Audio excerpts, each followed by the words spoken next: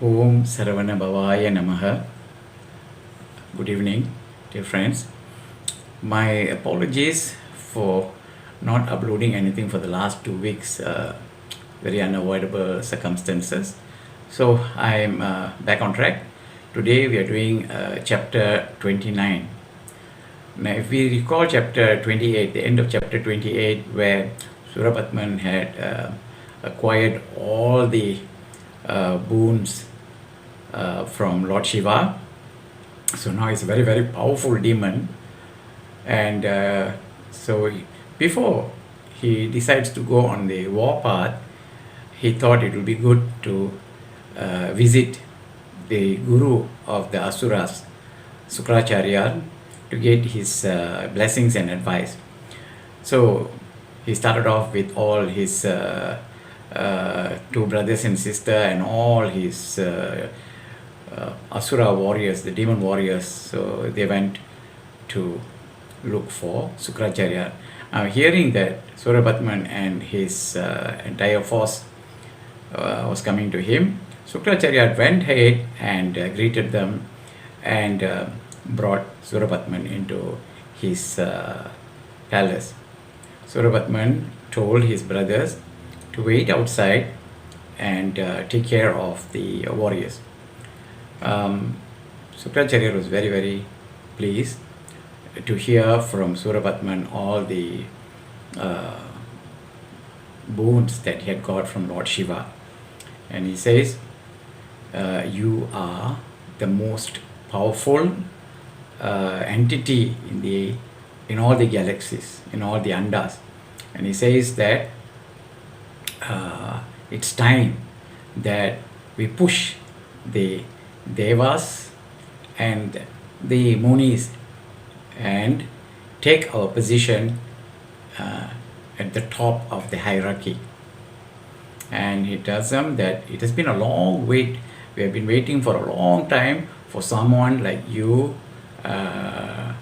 be born and lead the war against the devas and the gods. So now the time has come, and you have my blessings. Go ahead and make all the gods and the devas and the munis bow down to the asuras.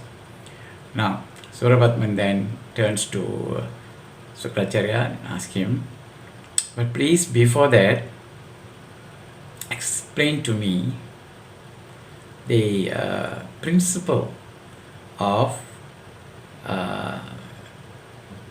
the spiritual world. And Lord Shiva has given me 108 andams. Can you please explain to me the concept of these andams? And Sukracharya thus starts his explanation. Now, this chapter 29, has been a challenge to me. In fact, twice I did the video and deleted it. It's because this is a rather lengthy chapter and a very complicated one, in the sense that actually it's very straightforward, because Surapatman goes to get the blessings of his guru and his advice on what to do, and that's it. But because he asks him to explain the concepts of these andams, the galaxies or the realms, Sukracharya gives a lengthy, very, very detailed explanation. Now that if I'm going to do, of course I can only narrate what I read, but it's very, very confusing.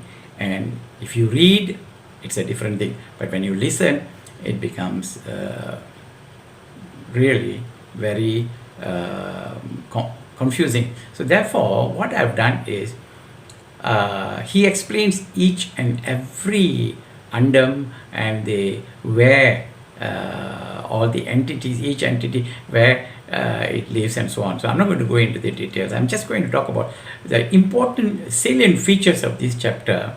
Talks about the basic concept of Hinduism, what we have been practicing over the centuries, and how this whole concept is distorted by Sukracharya for Surapatman.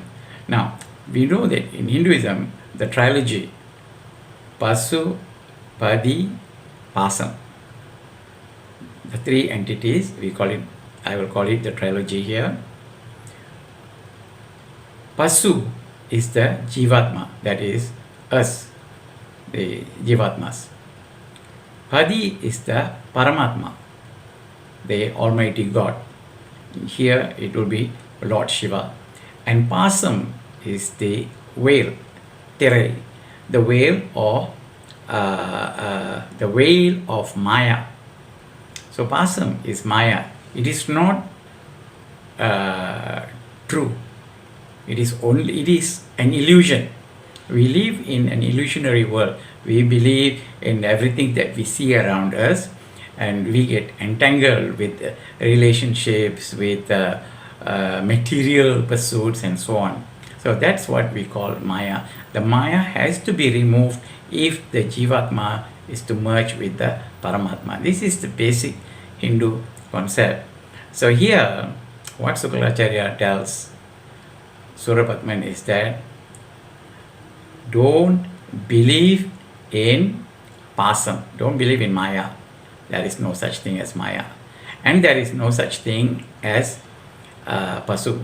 Padi, yes, that is Paramatma. The Paramatma, yes. Paramatma, he lives in, this is what Sukracharya tells Surapatman.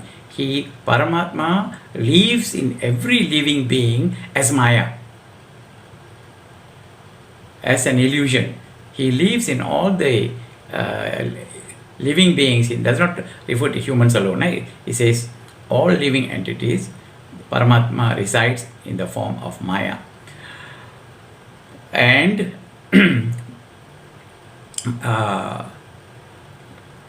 he also goes on to reiterate that God lives in all life forms, and it is a lie. He says it is a lie. Yeah? It is not true that sins contribute to suffering and good deeds confers happiness. That's what we believe, right? Pava Punyam.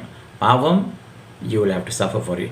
Punyam, you will get happiness from all the punyam that, or the benefits from the punyam. But he says to Surapatman, don't believe in that. There's no such thing. And he says, Mukti, that is liberation, where the soul is not reborn. He says that is utterly false. Don't believe in that mukti. There's no such thing as mukti. And he says, do not believe in the law of karma. There is no such thing as rebirth. I am not saying this. This is what Sukracharya explained to Surapatman. No such thing as rebirth, no such thing as karma. And he goes on to say, don't submit to Brahma and Vishnu. But he is silent about Shiva. In other words, we take for granted he gave you all the boons, so you can submit to him, but do not submit to Brahma and Vishnu. And he says, you have attained the highest boon ever from God, and you can consider yourself as Brahma. He says to Surapatma, you can consider yourself as Brahma, the creator. You are more powerful than him. And he says, now in between this, of course, he explains about all the underkosa and so on. But as I said, it's very confusing, so I'm not going to go into it. Then he says, you go and visit the sorry, it's not 108, 1008. Go and visit the 1008 andas that Maheshwara has bestowed upon you, and nominate your representative in each one and rule them. And then only he asked, Surapatman asked Sukracharya, tell me about this 100, tell me about the underkosas, and tell me about the 1008 that Lord Shiva has given me. Now Sukracharya goes on to explain that. But as I mentioned earlier, I'm not going through the entire explanation because it's very lengthy and very confusing. But I've extracted the important ones which has relevance to us as pursuance of Kantha Puranam. Now, he refers to Bharadam or Bharadam. But here it says Bharadam, but when I did my research, it's actually Bharadam is the one here is referred as Bharadam. This roughly refers to the present subcontinent of India. And he says that it is the holiest place in all galaxies and excuse me and is the cause of karmic consequences. This is a little contradicting. Earlier he says don't believe in karma, and then he goes on to say that the Bharata Bhumi is the cause of karmic consequences. And then he says devas and saints and sages from all the galaxies, they come to Bharadam to perform various spiritual rituals. So actually he explains in detail, saying that whoever wants liberation, again it's contradictory. Earlier he says there's no such thing as liberation, but then he goes on to say that whoever wants liberation, they must come to earth. Now this of course coincides with many of our Hindu scriptures, where they say that the human birth is the most coveted one. Without taking the human birth, it is impossible to attain salvation or moksha or birthlessness. So they have to come here, and that is mentioned here, that they have to come to Bharata to attain highest spiritual awakening. And he says Bharadam is divided. Bharadam is the person who was the first entity in Bharata Desam, and he was called, he was mentioned as Bharadan, and he had 9 children, 8 boys and 1 girl, and he divided his kingdom, his land, into 9 parts and gave it to each of his sons and daughter.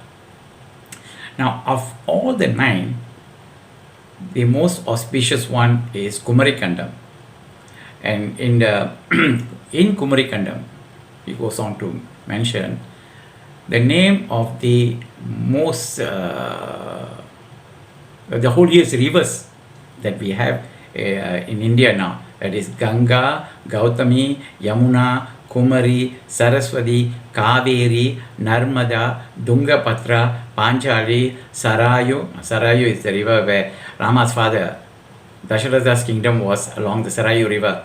Veni, Purunai, Pennai and Palaru. These are the rivers that ran in this Kumarikandam that Sukracharya mentions. And then he goes on to say the 7 holy mountains also were found in Kumarikandam: Mahendram, Podiyam, Sahyam, Saktimam, Virusham, Paryadram and Vidyam. These are the 7 mountains, the holy mountains found in this land. And he also goes on to mention great cities such as Kanji, Kasi, Ayodhya, Madurai, Mayai, Avanti, Dwaraka. And in these cities, the 1008 great shrines of Shiva were found. This is where they were all. So in other words, he very clearly tells him that in the land of Bharata, Kumarikandam is the holiest place. Okay. Now, after that he goes on to explain about, as I mentioned earlier, all the various galaxies and who were residing in which galaxy. In fact, goes on to say that in one of the galaxies below Earth, he says the dark galaxy, he calls it, and he says those who had committed the most heinous crimes and those who have committed suicide. Now that's interesting. People who have committed suicide, that is why all religions, they abhor committing suicide.